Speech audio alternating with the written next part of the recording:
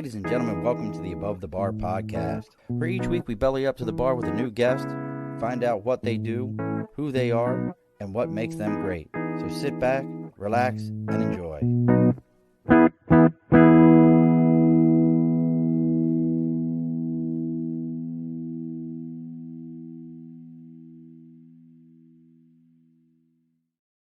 Alrighty, folks, welcome back to the Above the Bar podcast. It's your host, Sean. We've bellied back up. It's another, I don't know what's with my screen. It's another Wednesday. This is episode, so we talked about this last week, and I thought it was the right one, and I figured it out. So last week was episode 200. This is episode 201.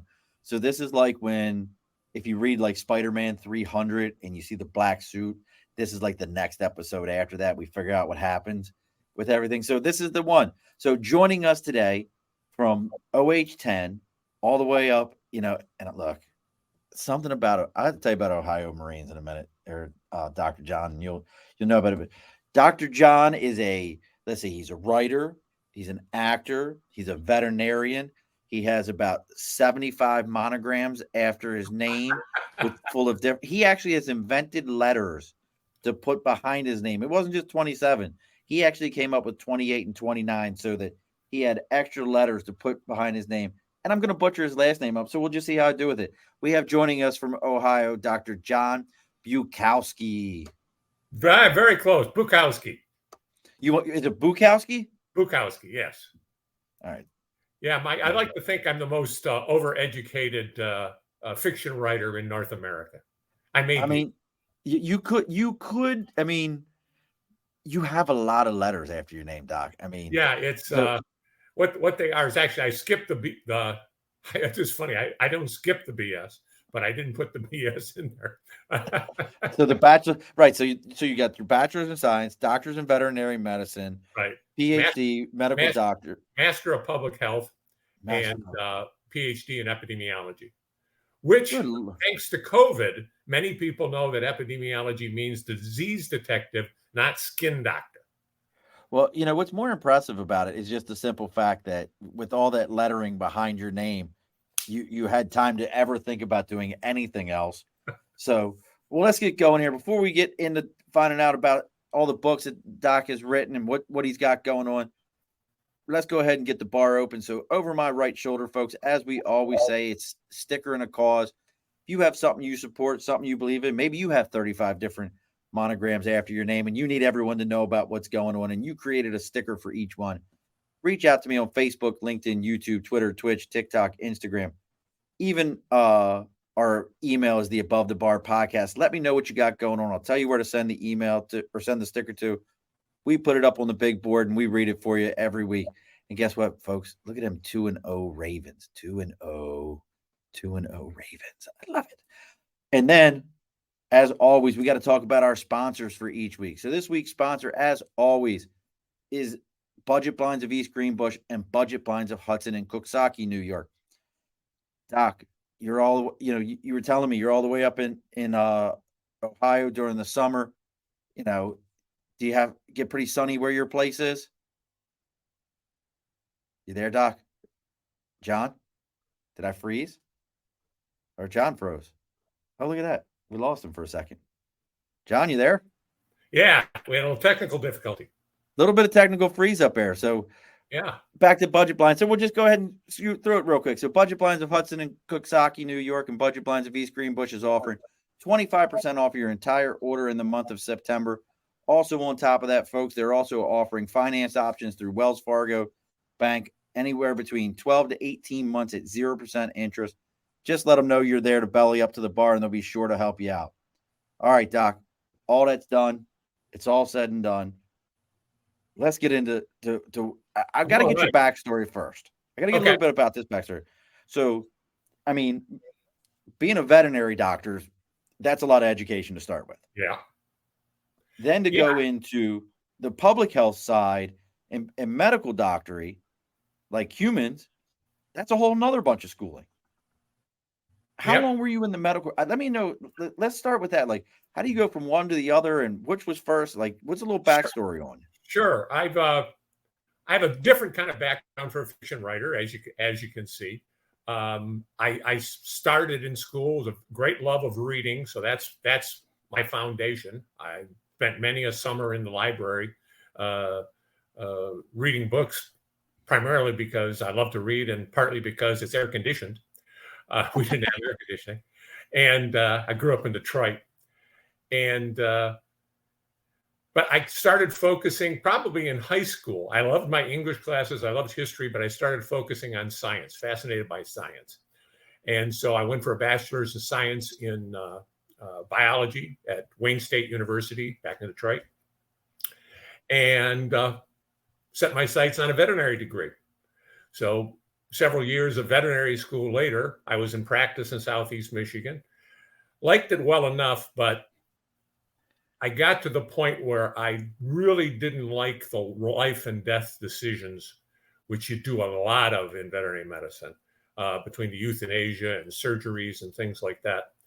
And started thinking about taking my science training in another direction, go become a disease detective, figure out why diseases happen and where they're happening more. And that's when I started pursuing epidemiology, which is what that means, disease detective. Doesn't mean skin doctor. It doesn't mean bug doctor. I've gotten them all. Doesn't mean a guy who studies language. It means disease detective, essentially, patterns of diseases and populations. And got my master's and then my PhD, MPH, that's for Masters of Public Health. And did that for about 15 years in industry and government, and spent a little time in Canada heading up a clinical research center on Prince Edward Island. Oh. And so did a few different things. But one thing I noticed that as I was going through my career and the people I was working for, I was doing less and less research and more writing. They liked my writing and I enjoyed writing. So this kind of gets me back to my love of writing and reading. And so I did more and more of that. And then around early 2000s, around 2004, I think it was, I was working at a corporation and I left there to become a freelance medical writer. So then I became a writer full-time, as it were, for about a 12-year period, where I was writing journal articles and website content and thing they call in trade advertorials, some radio scripts, things like that. Oh, wow. Handbooks for the public, lay handbooks. And anybody who's ever done any writing and is working as a writer, no matter what it is, wants to write the great American novel. Sure. And I was no exception. And so I'm plugging along doing my medical writing, and the Great Recession hit, 2008, 2009. Nobody wanted to spend any money. None of the businesses I was working for were doing that. You know, they weren't spending money on contractors. They were tucked in. So I had time. My wife, fortunately, was working, but I had the gift of time. So I said, you want to write a novel, now's the time to try it.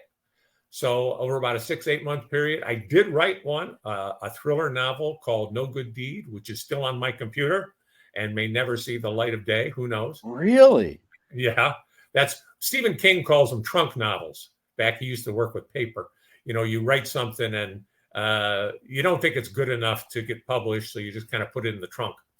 But it got me hooked.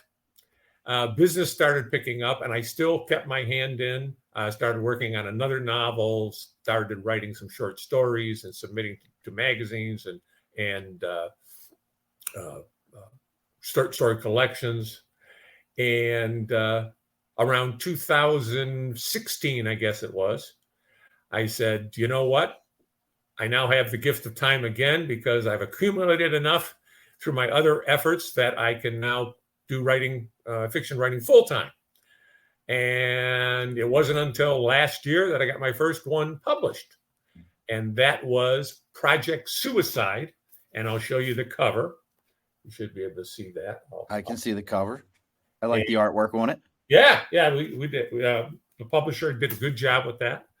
And Then I came out with my second one this year, which was Checkout Time, and going from there. So you've had kind of an interesting journey to get where you're at now.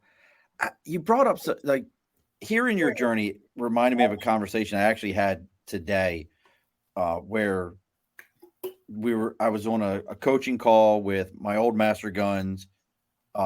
He runs a program called Chaos Coaching, and we were talking, and one of the people on the call, it's like, hey, write down one of your dreams, your life dreams, your 10-year goal. And the woman goes, oh, I want to write a novel. I've got a novel sitting on my computer. I'm 6 chapters into it. Haven't touched it in years. And I thought about it, how many people I can think of that say, oh, I want to write a book, or I want to open a restaurant, or I want to learn an instrument. And what do you think it is for people that, just like yourself, that they kind of go, I have a creativity piece that I haven't explored that I need to share with people? Because I think all that, whether it's cooking, writing, any of that stuff, that's creativity. Sure. What do you think it is that people have that creativity gene that they want to share with people, and why? I don't know. I think you're right. As many people want, I break writers up into groups. There's the people who say, I want to write a novel, and they never do.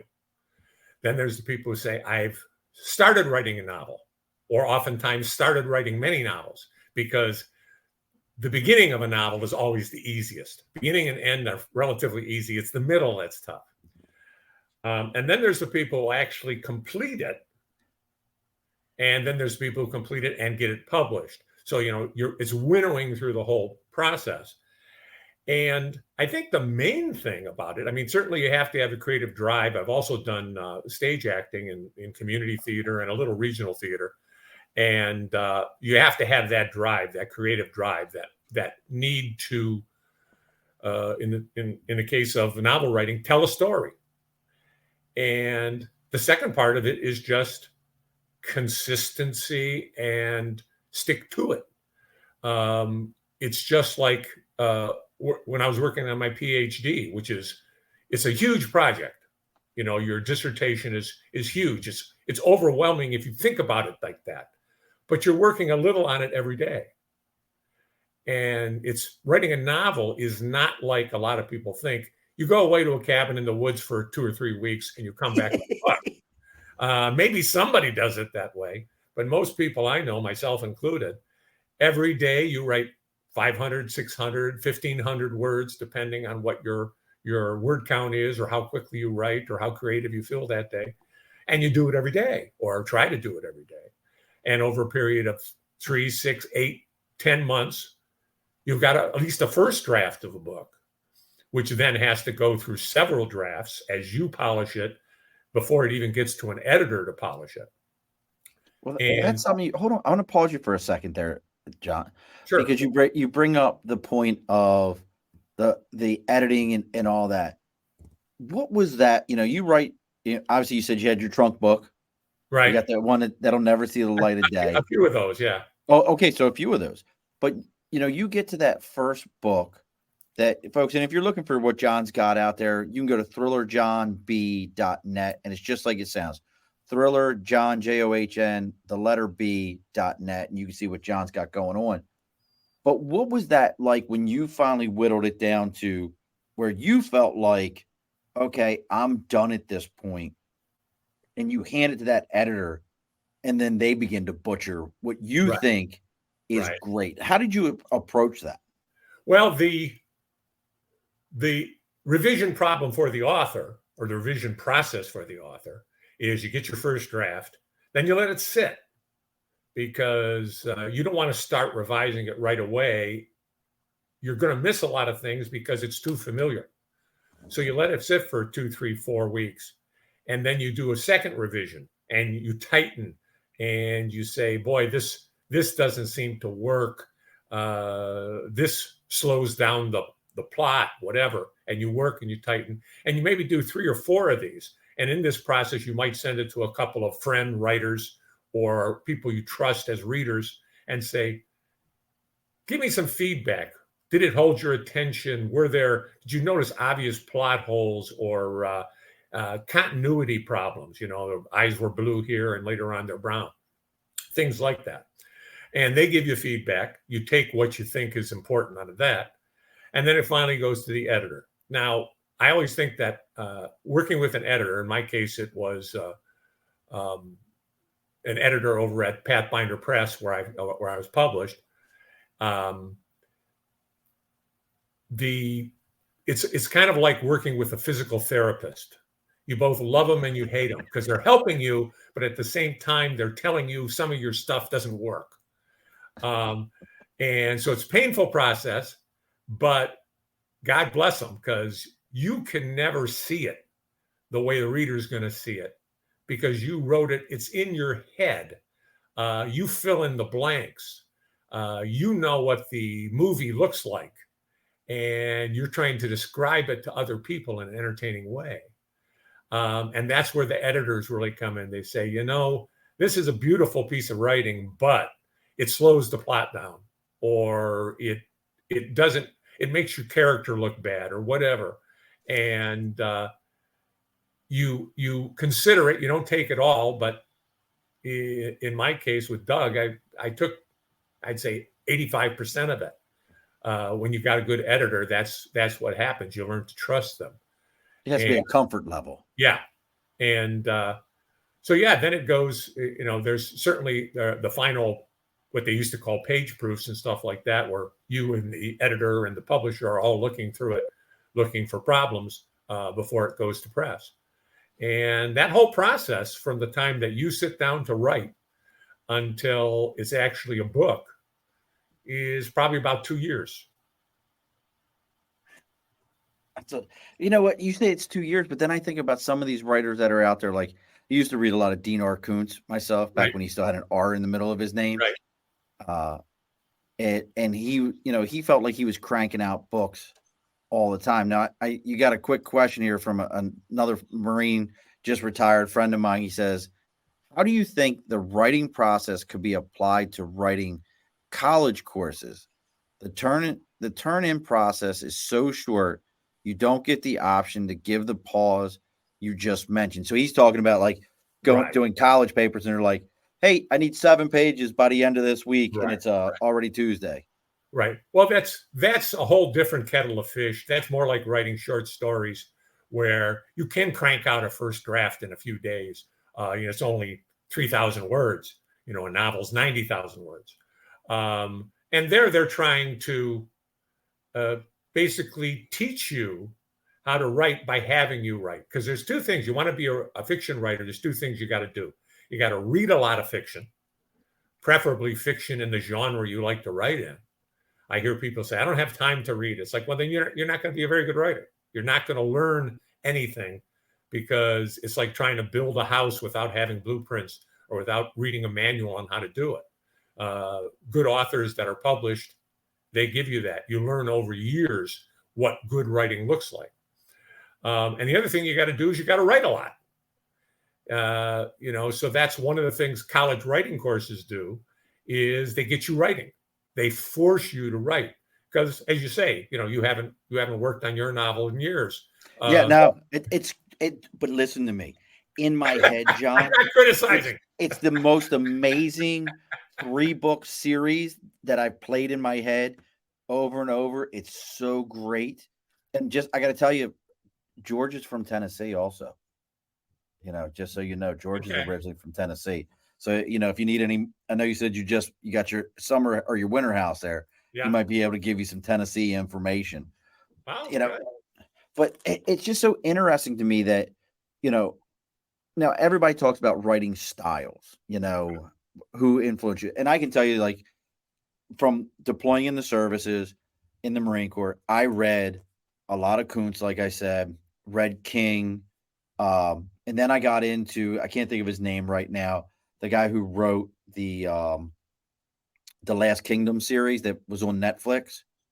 Not George Martin. No, not George R. Martin. This one, actually, if you love good writing, that whole series on Netflix called The Last Kingdom is about the real historical events of how England becomes Britain Oh, and okay. Yeah. gets combined. But what the guy did was he took real, true historical events and he created his own character named Uhtred of Bedinburgh and added him into all the stories, Historical fiction. Yeah. historical fiction, and made his character into kind of the catalyst that drove everything. Like he was the real thing that was happening that nobody knew he was there.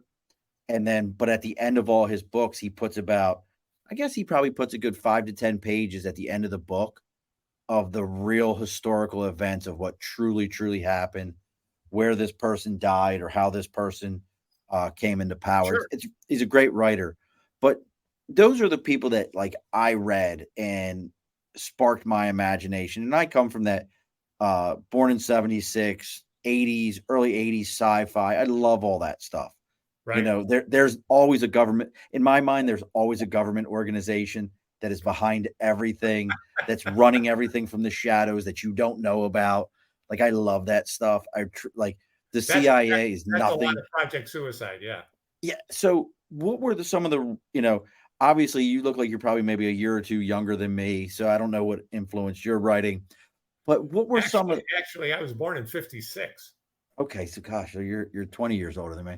So, we're right there. We're right there. But what are some of the folks that you took from, because you do come from a generation that I always feel like I feel like there's like this big skip in reading where like you come from a generation of readers, then there's this generation that wasn't really big into it, and then like my children are all readers, like Harry Potter. Right. I got introduced to the Scythe series recently. We've talked about like these book series for young readers. What were some of the writers that you were influenced by, and do you see them in your writing? Right. Well, at least my first two novels are kind of techno thrillers. So Michael Crichton comes in there. But I would say my big three of influences was, first of all, Ernest Hemingway. He's the man who really defined how you do a novel in the 20th century, American novels anyway. He's the man in that respect. Absolutely. Second one is Stephen King. I think you learn more about characters and how to write them so that people like them from Stephen King than just about anybody. And the third one is Elmore Leonard. If you want to learn dialogue, he wrote Get Westerns. Shorty. He wrote a bunch of Westerns. He wrote Get Shorty. He wrote Justified, that series that came out just before it came out a couple years before. I love. Yeah. So listen, Raylan. Timothy Oliphant. Yeah. Is that was Raylan Givens. Yeah. That's a Leonard character. That's he has a new. Yes. There's a new. I only watched the first episode of it, and I want to catch up on it because I don't know, like the new villain in that one. I haven't seen it yet. So they won another version of of Boyd Crowder. Right. He's not really the actor who played Boyd is probably to me one of the most diverse character actors. Because Wade Goggins. Yes. Well, he played a transvestite hooker in what's the motor Sons of Anarchy. Okay.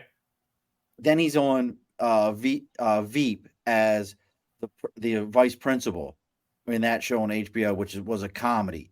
Right. He like the type of, and then he had a TV series. I don't know if the TV series is gone now, where he was a single dad where he was more concerned about raising his kids than he was getting back out into the dating world after his wife died. And the show was all about his friends trying to push him that way. He is just him and Timothy Oliphant together. They worked well together. Both very good actors. I would really agree with you on that. And that's one of the keys if you want to write a good villain, a memorable villain that people love to hate. They have to be interesting. They can't be a Snidely Whiplash kind of villain or just plain evil. Because as they say, no villain in whether it's in a theatrical production, a movie, or in a novel thinks of themselves as evil. No. They're all doing what they think is good for themselves, for humanity. Right. Even Hannibal Lecter, and there's an example of a great villain who is very entertaining. The evil is always just below the surface, underneath his charm. And you could say the same thing about Boyd Crowder. Absolutely. He's so eloquent and so funny and so personable, and then he shoots somebody in the back of the head. Right, like it was like I told you what was going to happen. I let you know how this was going to go. Right. All I asked of you was to do this one thing, and you just couldn't do it. So I'm just going to shoot you now. Right. Be done with it. Yeah, I mean that's absolutely. So yeah, that is one of the keys, I think, to writing a good villain is to have them be interesting, have people want to get into their heads and what are they about. You have to hate them. So I always. So obviously, I still love TV. Did you watch the new Lost in Space on Netflix? I remember the old one from the 60s. So the old one, Dr. Smith wasn't so hateable. He was just a bumbler. Yeah. Yeah, he was very bumbling. He's like, "Oh, we're gonna go this way." A pompous bumbler. Yeah. Right. Well, if you can get a chance to watch the new one on Netflix, and I don't know if you watch any Netflix, John, but they have Dr. Smith as a woman in this. It's a female actress, and she's an amazing actress to start with. I can't think of her name right now. Nate will send it to me in a minute, but she does such an amazing job of how she plays Dr. Smith that I hate her in the most loving way. As a person, she's probably a great person, but her character of Dr. Smith, you just want to hate. So when you talk about, you have to make your character that interesting that your reader hates it. How do you draw that, like in your life experiences? And I don't need you to be like, look, my first boss when I worked at the roller rink, but you can. He's probably gone by now. But what do you draw from, or is there a particular like, hey, you were in epidemiology. I know that hey, this was the person that this, and this was the name of the disease, and this is how I associate this. Is there anything along those lines that you were able to draw from to make that villain for you? Oh, John locked up on us. We had him. He froze on us. I think that's such an amazing question just now that our guest was completely taken back and froze completely up on this. So, folks, while we're waiting for John to come back, if Nate's still hanging out there, Nate and I are working on another episode of After the Lights Go Out for the Above the Bar podcast. That'll be, hopefully we're doing it on the 30th. John just had to pop off. He'll be right back, but hopefully we're doing that one on the 30th. While we're waiting for the good man, the good doctor to come back here, let me ask this question. What are some of the characters that, from books that everybody's read that maybe you absolutely just despise and you feel like they were written so well that I'm super excited too, Nate. You have to let me know. I sent you a text. You didn't get back to me.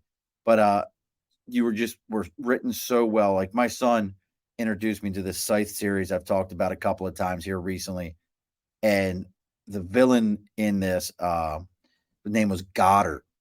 And based on the doctor, the scientist Goddard, because all these characters, and he was just, everything about him was just arrogant and pompous, but he always had this feel of a psychopath that didn't know he was, because of the world they lived in. That wasn't a terminology. Nobody would be like that. So is there any characters that others think they're like, hey man, this particular one just really always got to me, or always was the one that, really got under my skin? Like I said, Dr. Smith was an amazing one for me on TV. Boyd Crowder's one that like you would love. Like he was almost like a Negan in The Walking Dead. I still firmly believe that if they would have written Walking Dead the book series, instead of Rick being the initial person that they created to go through the series to be the main kind of linchpin for everything. If you would have been introduced to Negan at the beginning, I think most of us would have felt like Rick and them were the bad guys. And, to me, that's a great villain, somebody that you don't realize who they are, who the villain is at that time. So hopefully the good doctor will be back with us here in a moment. I'm hoping everything's doing all right for him. Also, as we're thinking about it, as things are going along here, I have to recommend to everyone, when you get a chance, make sure that you check out the Outlaws podcast. That is our good friends over uh, George, another George, uh, George and Highland. Check out their show. I don't know if we're gonna get the good doctor back here, folks. We'll see here. Um, we're running into that moment where normally most people make it back by now. Hopefully his internet didn't go completely poo poo. He's in Ohio, so you never know with those guys. But you know how this works. If he doesn't come back, I'm gonna find out which one of y'all are still out there listening along with us, and then I'm gonna have one of you guys come on and join us, and then that's how we're gonna finish this off. Uh, is anybody else writing a book? Because that's what we're doing today. We're talking about writers. So we seem to have lost the doctor. I don't know if he's gonna make it back or not. Um, yeah, I don't know, and I don't have a phone number. This is what live. If anyone ever thought that they could do live TV or live anything, this is live. This is what live looks like. You just accept when things don't happen the way you thought they were, and you run with it, and you make it happen. And I still got 27 minutes and 45 seconds worth of show. So I hope everybody's enjoying themselves. Nate, George, are you still out there, George? Let me know if you're out there. You or Nate. Let's see who else is out there. There's 4 of you watching. One, somebody's coming on. Because I'm not good just talking by myself. Because the next thing you know, we're gonna be talking sports or something. All right, George, here you go. Uh, keep an eye out on your Facebook Messenger. Because enter name George Peevler.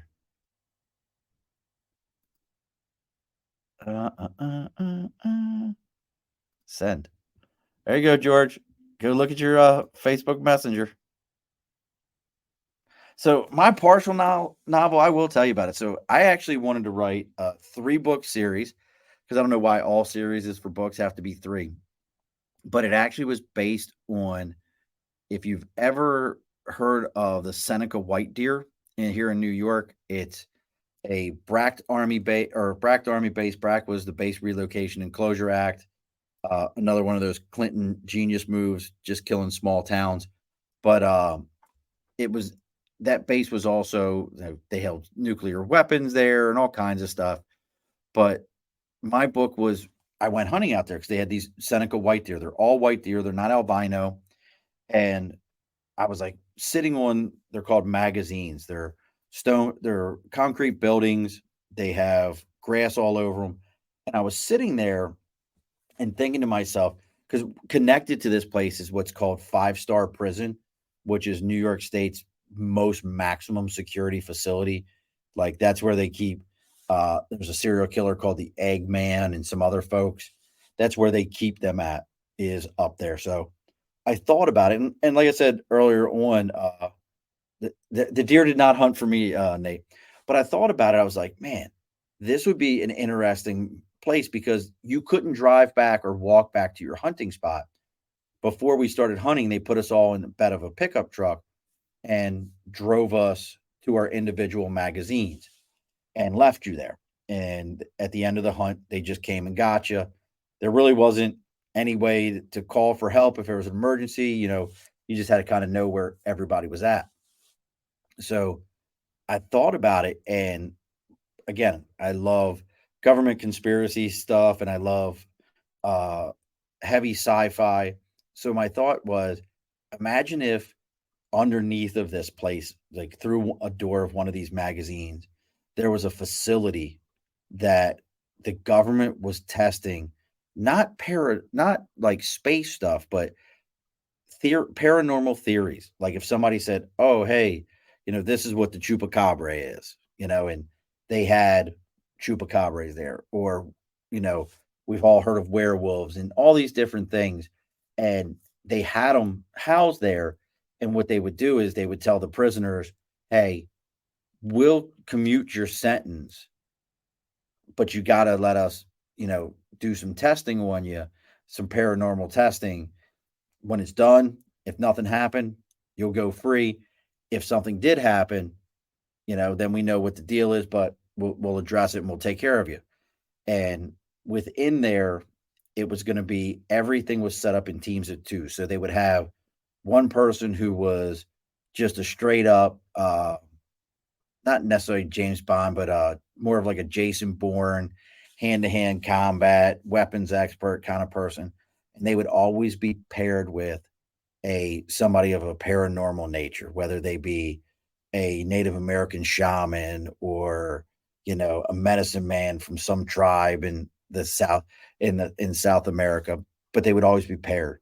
So my story was that a book that I wrote, like I said, most of it is just about how this one thing called the umbra, and all it was a dot of black liquid that when it would feed on people's paranoia and anxiety. And once it got into but it only could get in through your eye. So it made it more difficult. But so they had captured it and they were trying to test it and they put it in this guy's eye.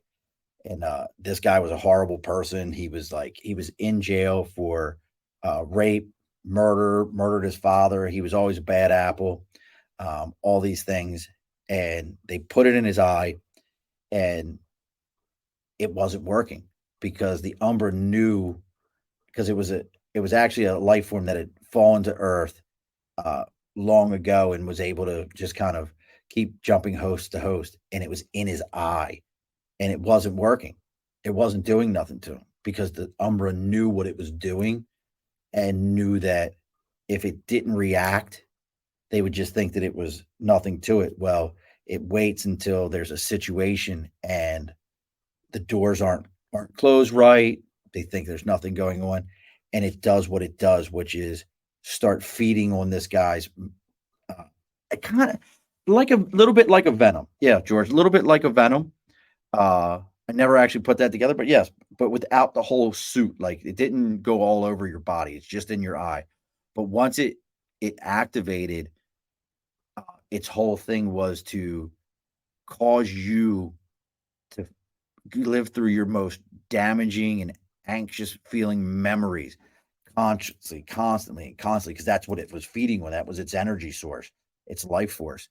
And because of this, it causes this guy to lose his mind and escape. But when he does, he also kicks open multiple cells within this facility. So that was also what was going to feed to the other two books, because you were going to find out how the werewolf with a PhD got out, how the real chupacabras got out, and all these things along those lines. But he gets out into the woods where these guys are out hunting. It's that same facility, and they're out hunting. And because the alarms are going off, the truck that was supposed to get them never comes. And there's these uh, four hunters sitting out there, and the one is a gentleman's son who he has Asperger's, and he's very high functioning. Hunting's not a problem, but it's just more social and emotional type stuff. And the book is just about them surviving because now the Umbra is has caught up with them. And now, George, you're gonna have to wait because John's back, so I can't. You have to wait to hear more about my book when I have a chance to tell you more about it. Yeah, I'm sorry about that. My That's all internet right. just went down. I don't know why. It happens, but well, George asked, my buddy George Peebler asked about my book next time. But I'll tell you, George, it's a 3-book series. You'd love how my whole werewolf thing was completely a departure from anything that had been out there. Basically, you know, werewolf children were raised by their fathers who were always single dads. And it was a very, it was lycanthropy was more of an ailment than it was anything. So, but back to my question for you, John, if you didn't catch the whole thing, which was, how do you draw your information? Look at that. You see how I do that, folks? I just run right back into it. Right. I don't miss a beat. But what do you draw from, or what are the characters that you pull from when you're making that your villain to make them into that, either lovably hateful character? Right. Well, that's the thing. Characters, it's like being an actor, and I apologize, I'm on my phone, so it's fine. But they're like with an actor, they're drawn from you, through you. So some of it is you, some of it is people you know, some of it is composites of people you know, some of it is people you've seen on TV and movies.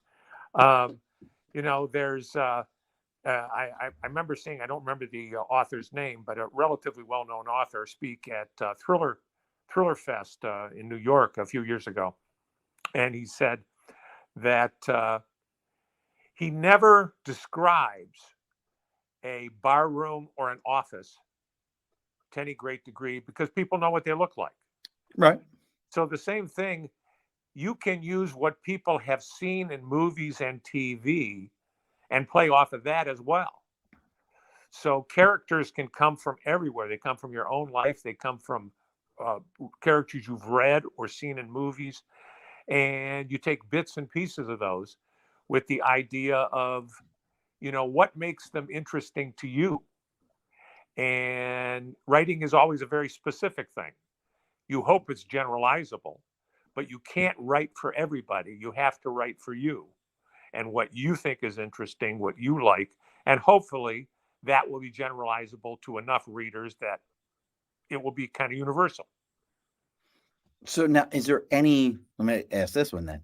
Is there any person, whether political, I don't care what it is, that you like, this is always where your framework starts for those characters? Also your hero characters. Every good villain needs a good hero. Right. Like, is there somebody that you say, I start them, here's my framework, and then I build it off of this? Not so much. Like I said, it's like with acting. I always come back to that because you're bringing it all through you. Just like in acting, you've seen other people, you've built the character based on many different things, but it all comes through you and your emotions and your thoughts and what you thought of other people that you've seen, or what we're authors are like actors, and we're good people watchers.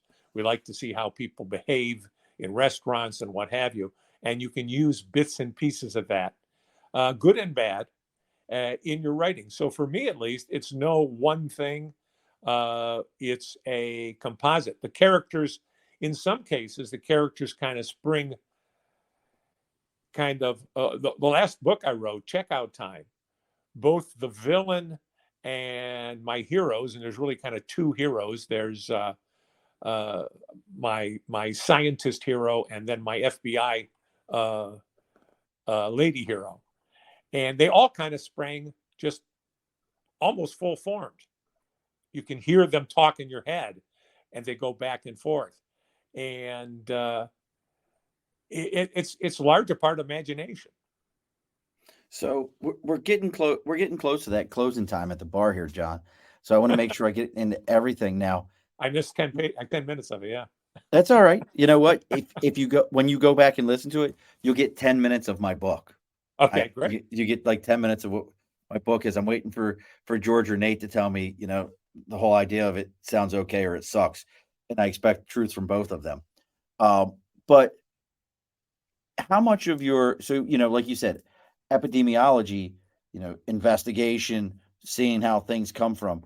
When you write, do you draw from that investigative process? Like, I know some writers, they write about things that there's like, what's his name? Not Crichton, but Michael, is it Lincoln Lawyer? Colton?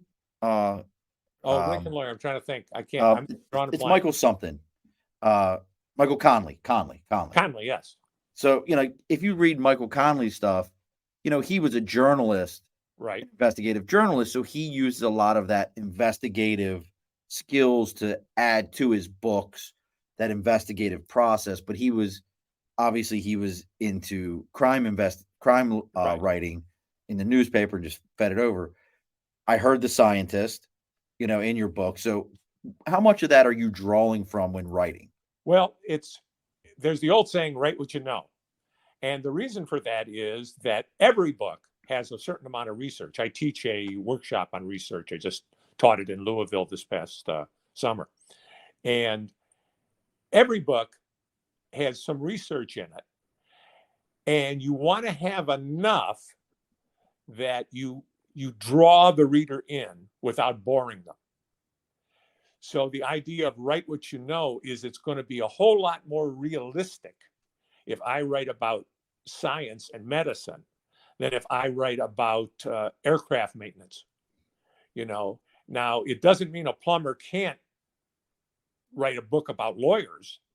He's just got to do a lot more research. So yes, some of that is in my books, especially, like I said, they're techno thrillers. So there's a little technical material, but it's there to make you feel like you're behind the scenes. You're looking at how this is really done. And it sounds plausible. And it sounds a little bit technical, and it's enough to draw you in. It's like being a good con man. A con man doesn't start off with, would you like to buy the Brooklyn Bridge? They start off giving you all kinds of realistic things where people are talking to them about finance and stuff. They get you involved. Then they slip in the bullshit, if you mind me saying that. You're good. You're perfectly good. That's probably the least thing that's ever been said. And that's what you try to do with writing, especially a techno thriller or historical fiction or something. Historical fiction, you have to do enough research to make it, the people who know history are going to say, that's plausible. That makes sense. I'm going to buy into it. I'm going to suspend my disbelief and then I'll go along. I think George is directing this recruiter comment at me because that's what we did as Marine Corps recruiters. We gave you just enough information about how great things were going to be, and then let me slip my bullshit in there. Well, that's what I always liked about Michael Crichton's writing, and Robin Cook to a certain extent, is they made you feel you were behind the scenes in the investigation of a new bug or building a dinosaur or whatever. But it's still fiction. They're still making stuff up, but they start off by getting you in the mindset you're going to believe.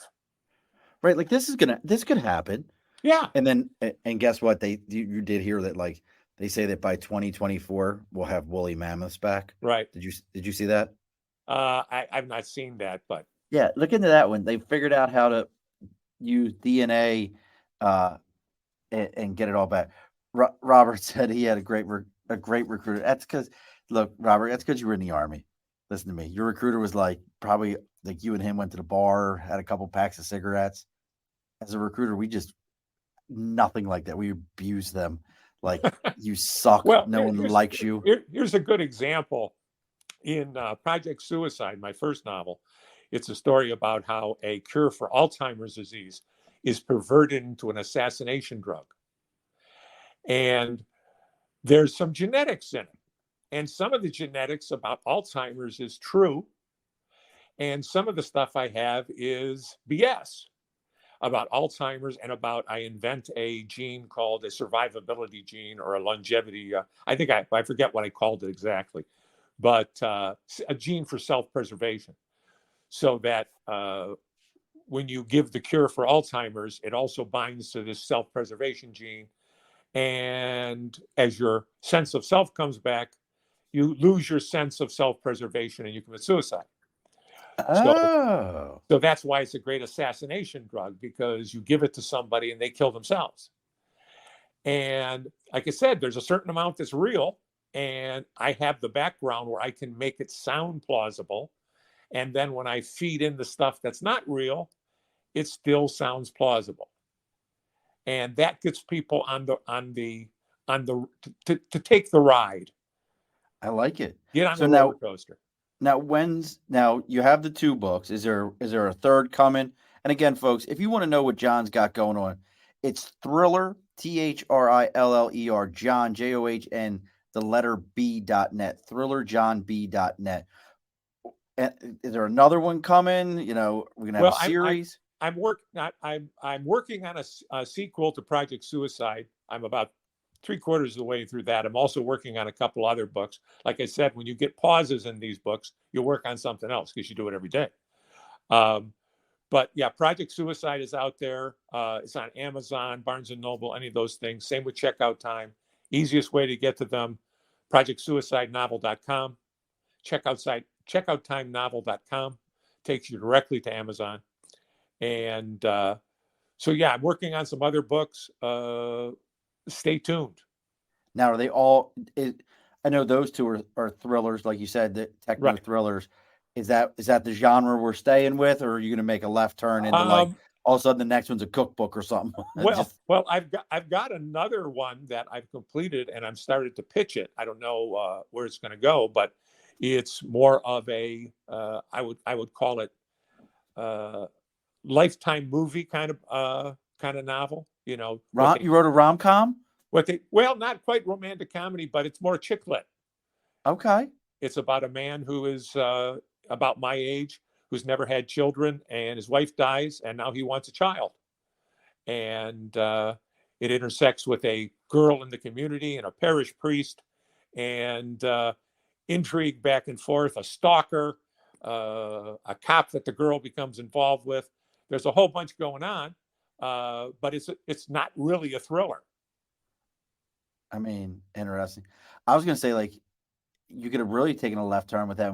And now he wants a child. So he's been going around the town, kidnapping all the children and hiding them under his steps. And no one can find them. No one knows. Where will they be next? That's another way to take it. See, and that's the thing with writing. It's the great what if. You know, when I was working on Checkout Time, which is about a extortion bomber trying to extort money from hotel chains by bombing hotels. And when I first came up with the idea, I was in a hotel. I looked at the ceiling. There was a trapdoor. And I said, wow, you could put anything up there. What could you put up there? You could put microfilm, and then you've got a political espionage thriller. You could put, what if you put mob money up there? Well, then you've got a whole other type of thriller. I went with a bomb. And, well, if you got a bomb, why is he putting the bomb up there? Well, I came up with extortion. So it's all the what ifs, and the what if leads to what if, what leads to what if. And that's the great thing is Stephen King in his book and movie, The Dark Half, he says that everybody has 2 selves or multiple selves, but they hide most of them. The fiction writer doesn't hide them. The fiction writer lets them come out and explore. And if you don't do that, your writing sounds stilted. You know, it's like reading a textbook or something. I love it, John. I mean, just see, and I love the imagination there. I think I was always that kid. Yeah. Well, kids are great with that. Kids play. I used to play soldier as a kid, and cowboy, and all those things, gangster, whatever. And kids are great like that. We kind of lose some of that when we get older. Fiction writer doesn't have to.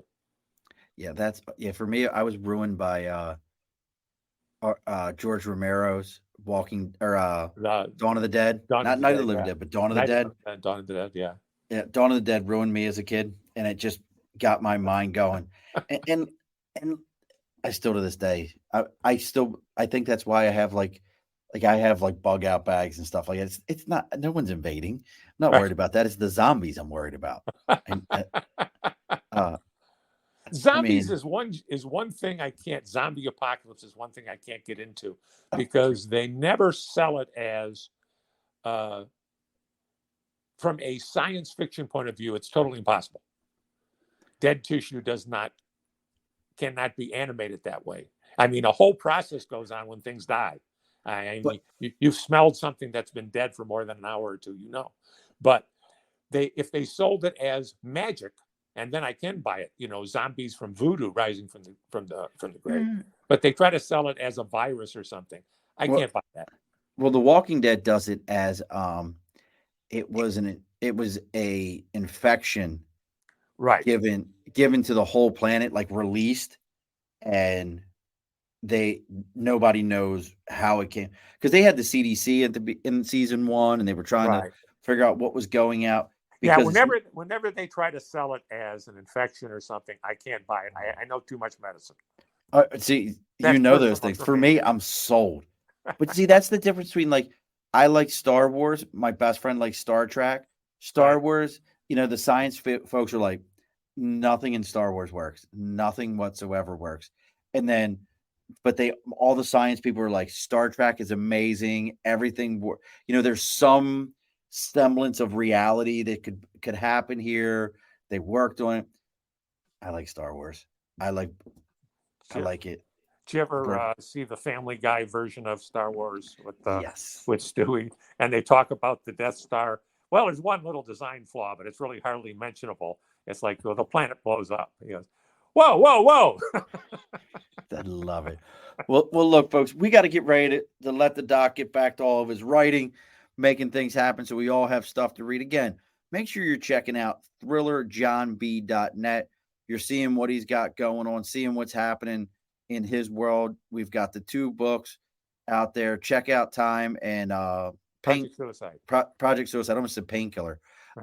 Project Suicide. Make sure you're checking them out. They're on Amazon. Any audio versions? Yeah, no, not at this time. No. All right, no audio version. Kindle, hardcover, and paperback. So make sure you're taking the time. And look, if you've got a book of your own, dust it off. See what you got going on there. Every time I get a writer on here, they always tell me, take a moment, man. Write a page a day. Do something. Yeah. I've gone back and I've read what I wrote. I don't want to do the rewrite. Just so you know, I don't want to do the rewrite. I've had people read it and they're like, you do realize it. You got some flow issues here. And I'm like, then you fix it. I've already seen the movie. It's all in here. You know what they say? You don't really get to the writing until you're revising. Oh, yes. That's the real writing. I would have to hire somebody to revise it, to do all that for me, because it's all in here. And once it's out, it's done.